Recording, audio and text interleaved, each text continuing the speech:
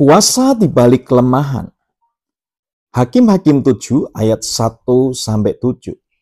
Adapun Yerubbaal, itulah Gideon, bangun pagi-pagi dengan segala rakyat yang bersama-sama dengan dia. Lalu mereka berkemah dekat air Harod. Perkemahan orang Midian itu ada di sebelah utaranya, dekat Bukit More di lembah.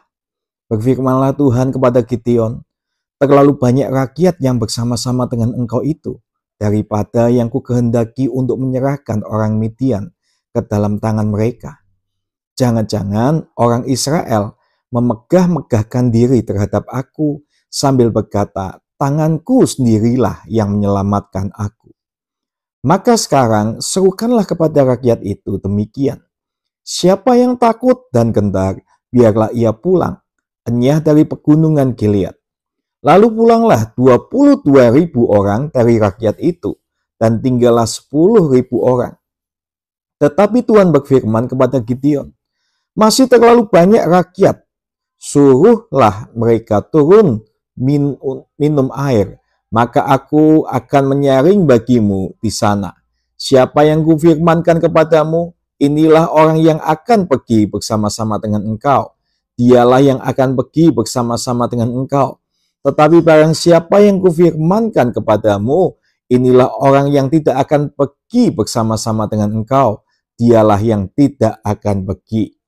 Lalu Gideon menyuruh rakyat itu turun minum air, dan berfirmanlah Tuhan kepadanya, barang siapa yang menghirup air dengan lidahnya seperti anjing menjilat, haruslah kau kumpulkan tersendiri. Demikian juga semua orang yang berlutut untuk minum. Jumlah orang yang menghirup dengan membawa tangan ke mulutnya ada 300 orang. Tetapi yang lain dari rakyat itu semua berlutut minum air. Lalu berfirmanlah Tuhan kepada Gideon, dengan ke-300 orang yang menghirup itu akan kuselamatkan kamu. Aku akan menyerahkan orang Midian ke dalam tanganmu.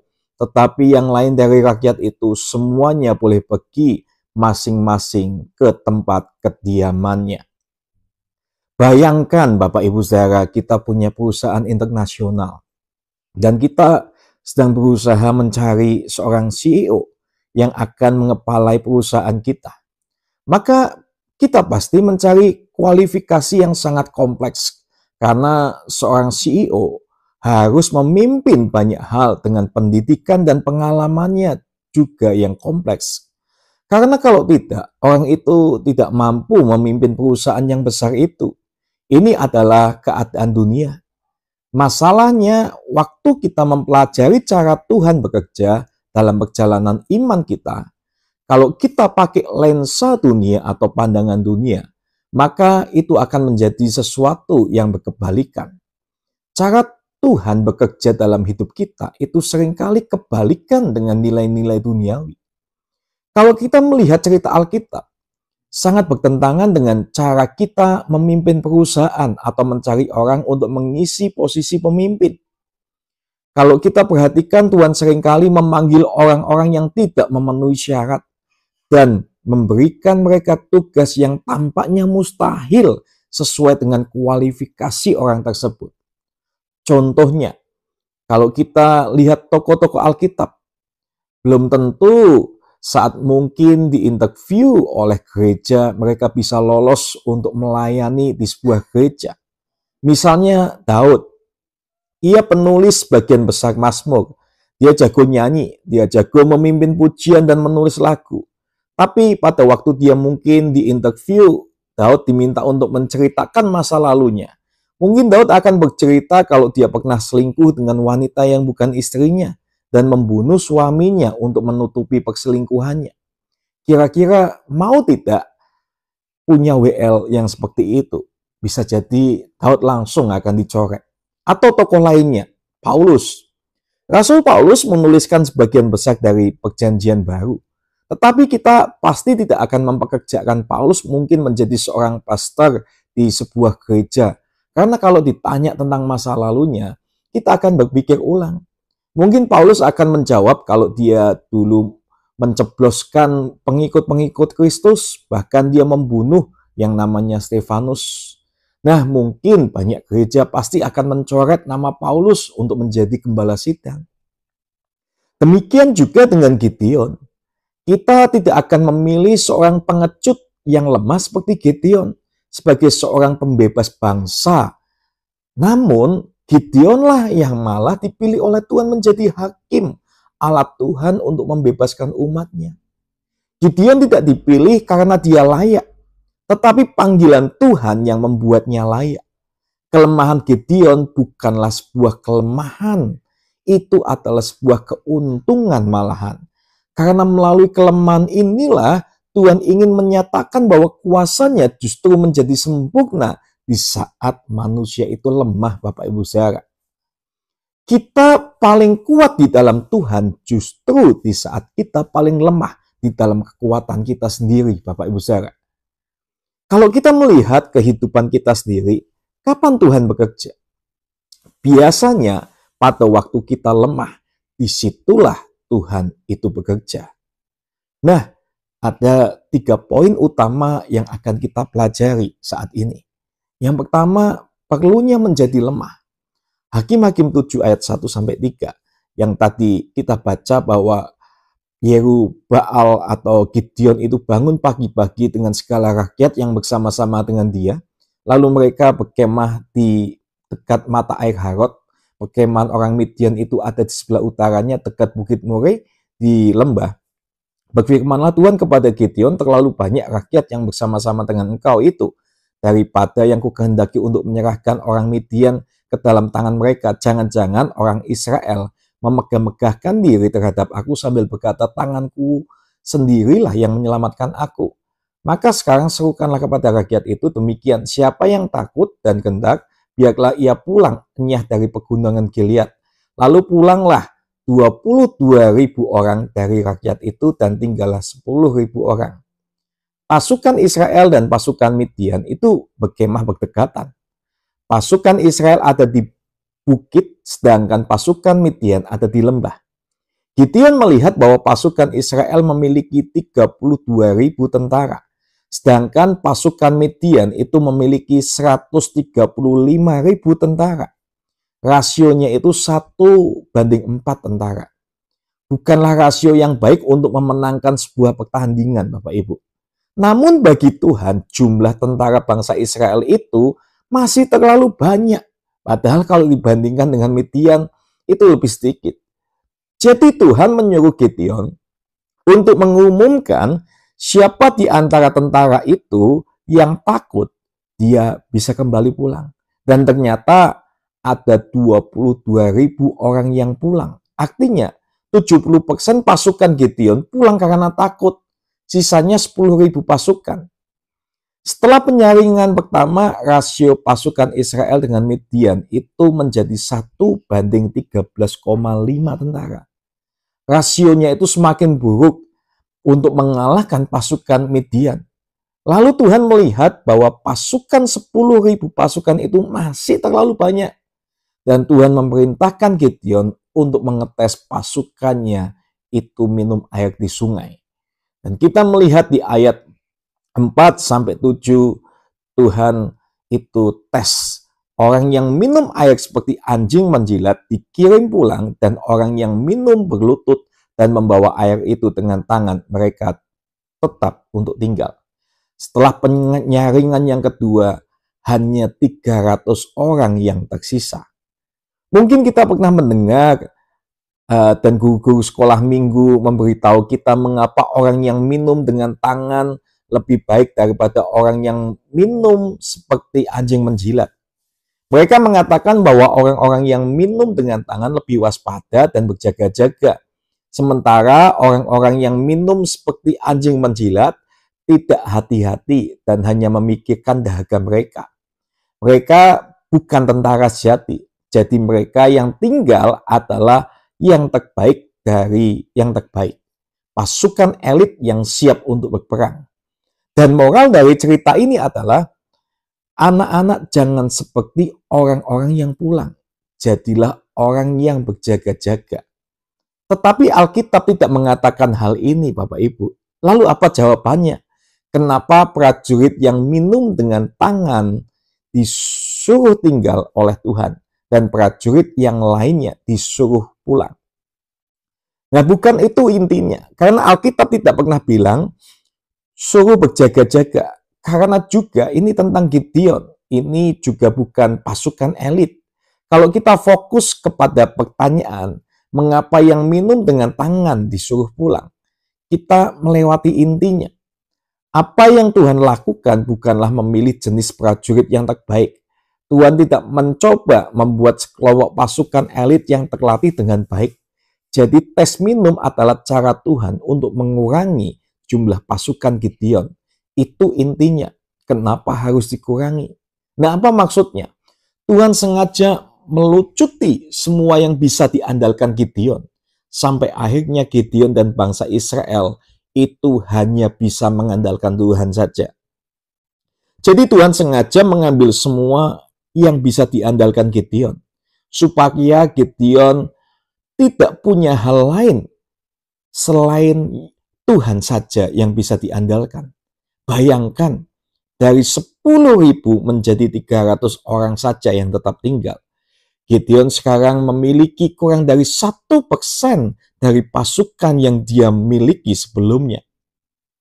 Sekarang rasio tentara Israel dengan tentara Midian itu adalah 1:450. Kemungkinan untuk menang perang tanpa pertolongan Tuhan itu mustahil. Ini intinya, kekuatan dan kemampuan perang mereka adalah kacamata manusia sudah tidak mungkin untuk mengalahkan Midian dari kacamata manusia. Nah, kita melihat Hakim-Hakim 7 ayat 2, berfirmanlah Tuhan kepada Gideon, terlalu banyak rakyat yang bersama-sama dengan engkau itu daripada yang ku kehendaki untuk menyerahkan orang Midian ke dalam tangan mereka. Jangan-jangan orang Israel memegah-megahkan diri terhadap aku sambil berkata, tanganku sendirilah yang menyelamatkan aku. Perhatikan kalimat yang ditulis tebal ini. Ini adalah kecenderungan dosa manusia. Tuhan ingin Gideon dan bangsa Israel sadar bahwa tidak mungkin mereka bisa memenangkan perang ini. Kalau mereka bisa menang dengan jumlah yang banyak, nanti mereka akan sombong. Tuhan tahu kecenderungan dosa manusia, kecenderungan dosa Israel. Suka membanggakan kekuatan diri sendiri. Tuhan ingin mereka sadar satu-satunya alasan bangsa Israel dan Gideon itu bisa menang adalah karena Tuhan bersama dengan mereka. Kemenangan ini bukan milik Israel, tetapi milik Tuhan dan kemuliaannya itu hanyalah untuk Tuhan saja. Karena kecenderungan umat Tuhan itu memuliakan usaha mereka sendiri untuk percaya pada metode mereka yang telah terbukti, untuk mungkin menghargai kontribusi mereka sendiri, untuk menganggap baik kepintaran mereka. Maka seringkali Tuhan itu bersikeras agar umatnya itu direndahkan hingga tidak berdaya sama sekali. Sehingga mereka harus menyadari bahwa pembebasan mereka hanya dapat dikaitkan dengan kuasa dan belas kasihan Tuhan. Jika Tuhan tidak mengurangi pasukan Gideon, Tuhan mungkin cuma akan jadi catatan kaki, Bapak Ibu Saudara. Tapi sekarang pasukan Gideon yang menjadi tinggal 300 itu melawan 135.000 orang. Dan kalau mereka menang, maka Tuhanlah yang akan menjadi berita utama. Maka mereka tidak bisa berdalih bahwa mereka itu yang hebat, tapi Tuhanlah yang hebat. Kekuatan kita seringkali lebih berbahaya daripada kelemahan kita. Karena kekuatan kita seringkali membuat kita tidak bergantung pada Tuhan. Bisakah kita melihat kecenderungan dosa dalam diri kita untuk mencari pujian dari Tuhan? Bukankah itu seringkali kita harus mengalami kelemahan-kelemahan? Kapan kita terakhir ditolong oleh Tuhan? Kita ditolong Tuhan saat kita membutuhkan pertolongan, yaitu saat kita lemah, Bapak Ibu Saudara. Tuhan tahu kita cenderung mengandalkan diri kita sendiri, bahwa sifat manusia jika ada kesempatan sekecil apapun untuk membanggakan kekuatan dirinya sendiri, dan dia akan menjadi sombong. Nah, kita pikir kita kuat, kita pikir kadang kita hebat. Di situ kita tidak lagi memandang kasih karunia Tuhan. Karena kita pikir kita tidak butuh Tuhan lagi. Tuhan seringkali harus mengurangi tentara-tentara kita, melucuti segala sesuatu yang bisa kita andalkan, agar kita sepenuhnya bisa bergantung padanya. Itulah sebabnya kita kadang perlu dilemahkan oleh Tuhan. Tuhan sengaja mengurangi tentara-tentara kita karena Dia ingin kita menyadari betapa lemahnya kita. Karena di sana kita belajar untuk bersandar pada kekuatan Tuhan. Tuhan seringkali harus melemahkan kita terlebih dahulu sebelum Dia bisa bekerja dan membentuk kita dan memakai kita untuk pekerjaannya yang luar biasa. Kalau kita mengalami masalah dalam kesehatan, kalau kita kehilangan pekerjaan, kalau kita ada masalah dengan bisnis, ketika pernikahan kita diambang kehancuran, ketika orang-orang yang kita cintai meninggalkan kita, ketika kita kehabisan akal tentang apa yang harus kita lakukan buat gereja atau anak-anak, disitulah kita harus melihat bahwa momen-momen itu adalah momen di mana Tuhan mengizinkan tentara-tentara kita dikurangi, Bapak Ibu Saudara. Itulah saat-saat kita kembali bersandar kepada Tuhan. Dan yang kedua yang bisa kita pelajari penghiburan di dalam kelemahan. Dan kita tahu Bapak Ibu Saudara, di ayat 8 dikatakan dari rakyat itu mereka mengambil bekal dan sangkakala. Demikianlah seluruh orang Israel disuruhnya pergi, masing-masing ke kemahnya. Tetapi ke-300 orang itu ditahannya. Adapun perkemahan orang Midian ada di bawahnya, di lembah. Pada malam itu berfirmanlah Tuhan kepadanya, bangunlah, turunlah, menyerbu perkemahan itu, sebab telah kuserahkan itu ke dalam tanganmu. Tetapi jika engkau takut untuk turun menyerbu, turunlah bersama dengan pura bujangmu ke perkemahan itu. Maka kau dengarlah apa yang mereka katakan, kemudian engkau akan mendapat keberanian untuk turun menyerbu perkemahan itu. Lalu turunlah ia bersama dengan pura bujangnya itu, sampai kepada penjagaan terdepan laskar di perkemahan itu. Jadi Gideon itu menyelinap malam-malam. Lalu bagaimana kondisi tentara Midian? Ayat 12, adapun orang Midian dan orang Amalek dan semua orang dari sebelah timur itu bergelimpangan di lembah itu seperti belalang banyaknya, dan unta mereka tidak terhitung seperti pasir di tepi laut banyaknya. Ketika Gideon sampai ke situ, kebetulan ada seorang menceritakan mimpinya kepada temannya. Katanya, aku bermimpi tampak sekeping roti jelai terguling masuk ke perkemahan orang Midian. Setelah sampai ke kemah ini, dilanggarnyalah kemah ini sehingga roboh dan dibongkar bangkirkannya. Demikian kemah ini habis runtuh. Lalu temannya menjawab, ini tidak lain dari pedang Gideon bin Yoas orang Israel itu. Allah telah menyerahkan orang Midian dan seluruh perkemahan ini ke dalam tangannya. Segera sesudah Gideon mendengar mimpi itu diceritakan dengan maknanya, sujudlah ia menyembah, kemudian pulanglah ia ke perkemahan orang Israel, lalu berkata, bangunlah sebab Tuhan telah menyerahkan perkemahan orang Midian ke dalam tanganmu. Menarik sekali, mimpi yang aneh kok kebetulan waktunya pas pada saat Gideon menyelinap. Dan waktu Gideon dia ada tepat mendengar cerita mimpi itu. Jadi Gideon mendengar kata yang sama yang telah Tuhan ucapkan kepadanya dari mulut musuhnya. Waktunya, peristiwanya terlalu baik untuk menjadikan sebuah kebetulan. Apakah ini kebetulan? Tentu tidak, Bapak Ibu Saudara. Ada yang namanya tangan Tuhan yang berdaulat, mengatur skenario ini secara tepat dan presisi untuk menghibur Gideon dalam kelemahannya. Ketika Gideon mendengar mimpi dan tafsir mimpi itu, Gideon diubah dan menyembah Tuhan. Lalu dia kembali kepada bangsa Israel. Bangkitlah saatnya untuk berperang. Gideon yang penuh ketakutan, penuh keraguan, penuh kelemahan diubah menjadi berani. Karena dia sekarang yakin bahwa Tuhan itu bersama dengan dia. Perhatikan, Tuhan adalah Tuhan yang mengambil inisiatif untuk menghibur kita. Tuhan tahu ketakutan dan kelemahan kita. Tuhan tahu persis kekhawatiran kita. Dan mengambil inisiatif untuk menghibur kita. Mazmur 56 ayat 4. Waktu aku takut, aku ini percaya kepadamu ya Tuhan. Tuhan memahami ketakutan kita. Tuhan tidak marah dan tersinggung oleh ketakutan serta kelemahan kita. Datanglah kepadanya dengan ketakutan kita dan taruhlah kepercayaan kita hanya kepadanya, Bapak Ibu Saudara. Kita dapat menyerahkan semua kekhawatiran kita kepada Bapa Surgawi. Kita dapat meletakkan semua beban dan ketakutan kita di kakinya. Tidak apa-apa untuk datang kepadanya dan berkata, kita tidak tahu lagi harus berbuat apa, Bapak Ibu Saudara. Tuhan sengaja membuat Gideon lemah supaya Gideon belajar pada kekuatan Tuhan. Dan itu Tuhan juga sering lakukan terhadap kita. Tuhan mengizinkan banyak hal yang terjadi dalam hidup kita. Mungkin hal baik yang kita anggap penting, akhirnya kita memperhalakan itu. Dan Tuhan izinkan itu diambil dari kita. Sehingga kita dapat belajar untuk kembali tidak mengandalkan berkat-berkatnya, tetapi mengandalkan sang sumber berkat itu.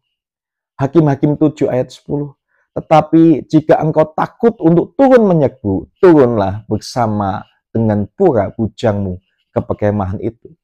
Tuhan tahu Gideon takut sehingga ia menyuruh Gideon pergi bersama dengan pura masuk ke perkemahan Midian. Bisa tidak Gideon menolak apa yang Tuhan suruh? Bisa. Tapi lihat, meskipun dalam ketakutan dan kekhawatiran Gideon tetap percaya dan taat. Disuruh mengurangi 32.000 jadi 10.000 taat. Disuruh ke sungai dari 10.000 jadi 300, dia taat. Besoknya disuruh untuk menyerbu perkemahan, tapi dia takut, Tuhan tahu, dan disuruh lagi ajak bujangnya, dia taat. Mungkin kita bertanya, Tuhan mana penyertaanmu? Mana tuntunanmu? Kadang-kadang Tuhan sudah memberikan bimbingan dan tuntunan. Masalahnya kita tidak mau melangkah. Seringkali kita hanya pasif menunggu Tuhan melakukan sesuatu. Ada hubungan antara ketaatan dan penghiburan. Saat kita percaya dan taat melangkah dengan iman kecil itu, kita melihat kesetiaan Tuhan yang menghibur, memimpin dan membimbing kita. Ini cara Tuhan menghibur kita, Bapak Ibu Saudara. Ketika kita melangkah dengan iman dalam ketaatan kepada Tuhan, di situ kita akan mengalami Tuhan. Di situ kita akan melihat kebaikan Tuhan. Di situ kita akan menemukan jaminan bahwa Tuhan itu bersama dengan kita. Nah, yang ketiga, kita mau tahu bahwa kemenangan dari sebuah kelemahan. Hakim-Hakim 7 ayat 16-18. Sesudah itu dibaginyalah ke-300 orang itu dalam 3 pasukan, dan ke tangan mereka semua diberikannya sangkakala dan buyung kosong dengan suluh di dalam buyung itu. Dan berkatalah ia kepada mereka, perhatikanlah aku dan lakukanlah seperti yang kulakukan. Maka apabila aku sampai ke ujung perkemahan itu, haruslah kamu lakukan seperti yang kulakukan. Apabila aku dan semua orang yang bersama dengan aku meniup sangkakala, maka haruslah kamu juga meniup sangkakala sekeliling seluruh perkemahan itu dan berseru demi Tuhan dan demi Gideon. Yang aneh di sini, Gideon tidak berstrategi militer. Mestinya mereka harus mencari keberadaan panglimanya untuk dibunuh sehingga pasukannya kocak-kacir. Justru yang Gideon lakukan dan bangsa Israel adalah dengan meniup sangkakala, memegang obor dan memecahkan buyung kosong sambil berteriak-teriak. Ini adalah strategi yang aneh. Namun intinya bukan tentang strateginya Gideon, tetapi tentang Tuhan yang berperang bagi mereka. Hakim-Hakim 7 ayat 19-23. Lalu Gideon dan ke-100 orang yang bersama-sama dengan dia sampai ke ujung perkemahan itu pada waktu permulaan giliran jaga tengah malam. Ketika penjaga-penjaga baru saja ditempatkan, lalu mereka meniup sangkakala sambil memecahkan buyung yang di tangan mereka. Demikianlah ketika pasukan itu bersama-sama meniup sangkakala dan memecahkan buyung dan memegang obor di tangan kirinya dan sangkakala di tangan kanannya untuk ditiup, serta berseru pedang demi Tuhan dan demi Gideon. Sementara itu tinggallah mereka berdiri masing-masing di tempatnya sekeliling perkemahan itu, tetapi seluruh tentara musuh menjadi kacau balau, berteriak-teriak dan melarikan diri. Sedang ke-300 orang itu meniup sangkakala, maka di perkemahan itu Tuhan membuat pedang yang seorang diarahkan kepada yang lain. Lalu larilah tentara itu sampai ke Betsita, ke arah Serera, sampai ke pinggir Abel Mehola dekat Tabat. Kemudian dikerahkanlah orang-orang Israel dari suku Naftali dan suku Asyer dan dari segenap suku Manasye, lalu mereka mengejar orang Midian ini. Strategi Gideon yang aneh itu berhasil bukan karena strateginya, namun karena Tuhan yang berperang untuk mereka. Tuhan membuat pasukan Midian berbalik melawan satu sama lainnya, dan orang Israel hanya perlu mengejar mereka yang melarikan diri. Tuhan menggunakan cara yang mustahil dan tidak mungkin. Inilah inti dari kekristenan. Kekristenan bukanlah agama untuk yang elit, untuk yang pintar, untuk yang kaya, untuk yang hebat. Karena kalau kekristenan seperti itu, hanya yang pintar, hanya yang elit, yang kaya, yang hebat yang bisa masuk. Tetapi justru banyak orang yang mencemooh kekristenan itu agama yang lemah. Tuhannya mati dan memang itu tepat dan kita dapat setuju. Karena kekristenan bukan untuk orang yang kuat, tetapi untuk orang yang lemah. Dalam ekonomi Tuhan, kelemahan adalah kekuatan. Saat kita lemah, kita kuat karena dalam kelemahan kita, kuasa Tuhan dinyatakan dan bekerja secara sempurna. Tuhan tidak menginginkan orang Kristen yang kuat. Tuhan menginginkan orang Kristen yang justru mengakui mereka lemah, namun percaya bahwa mereka memiliki Tuhan yang kuat dan berkuasa. Inilah inti kekristenan. Justru di situ letak kekuatannya. Di dalam kelemahan kita, kuasa Tuhan dinyatakan dan justru melalui kelemahan, kuasa Tuhan bekerja secara sempurna. Hakim-Hakim 7 ayat 24-25. Gideon menyuruh juga orang ke seluruh pegunungan Efraim dengan pesan, turunlah menghadapi orang Midian dan dudukilah segala batang air sampai ke Bet-bara dan juga sungai Yordan. Maka semua orang Efraim dikerahkan, lalu mereka menduduki segala batang air sampai ke Bet-bara, juga sungai Yordan. Mereka berhasil menawan dua raja Midian, yakni Oreb dan Zeb. Oreb dibunuh di gunung batu Oreb dan Zeb dibunuh dalam tempat pemerasan anggur Zeb. Mereka mengejar orang Midian itu, lalu mereka membawa kepala Oreb dan kepala Zeb kepada Gideon di seberang sungai. Sepanjang kitab Hakim-Hakim, kita melihat pola berulang bahwa Tuhan telah memberikan keselamatan bukan melalui yang kuat, namun justru melalui yang lemah. Gideon adalah orang yang lemah, dari keluarga yang lemah, dari suku yang lemah, dan dia harus menghadapi orang Midian yang kuat dengan pasukan yang lemah. Tuhan tidak menyelamatkan melalui kekuatan, tetapi malah melalui kelemahan. Mengapa? Cerita keselamatan Tuhan dalam kitab Hakim-Hakim ini menunjukkan kepada cerita keselamatan yang paling utama, yaitu Injil. Injil bukanlah cerita di mana Tuhan menyelamatkan umatnya yang berdosa dengan kekuatan, namun melalui kelemahan. Allah yang datang dalam dunia, dia tidak datang dalam istana. Dia bukan keturunan ningrat. Dia bukan seorang panglima yang punya kekuatan pasukan, tetapi dia anak dari tukang kayu yang lemah. Dia lahir di kota kecil yang lemah namanya Bethlehem. Dia lahir di kandang yang lemah. Di situ sang juru selamat lahir untuk menyelamatkan kita dari musuh terbesar kita, yaitu dosa. Tuhan mengirimkan seorang raja, tapi bukan raja yang empunya singgasana emas, bukan raja yang hebat yang punya pasukan hebat, tetapi raja ini adalah raja yang lemah, raja yang singgasananya salib, mahkotanya duri, direndahkan, telanjang, dianiaya, berlumuran darah, dan mati menyerahkan nyawanya. Inilah gambaran kelemahan yang tragis. Tetapi melalui kelemahan salib Kristus, kemenangan terbesar atas dosa dan maut terjadi. Yesus mengalahkan kutuk dosa sekali lagi dan untuk selamanya dengan mati di kayu salib, dan pada hari ketiga bangkit mengalahkan maut sebagai tanda kemenangan yang paling utama. Kita percaya kepadanya dan kita sadar akan kelemahan dan kerapuan kita. Dan saat kita mengakui kelemahan kita, disitulah kemenangan Kristus menjadi kemenangan kita. Sebaliknya, jika kita berpikir kita baik, kita mampu, kita hebat, dan kita tidak dapat diselamatkan, kuasa penyelamatan Yesus hanya bekerja ketika kita mengakui bahwa kita tidak memiliki kekuatan di dalam diri kita sendiri. Mungkin saat ini kita sedang berada dalam posisi lemah.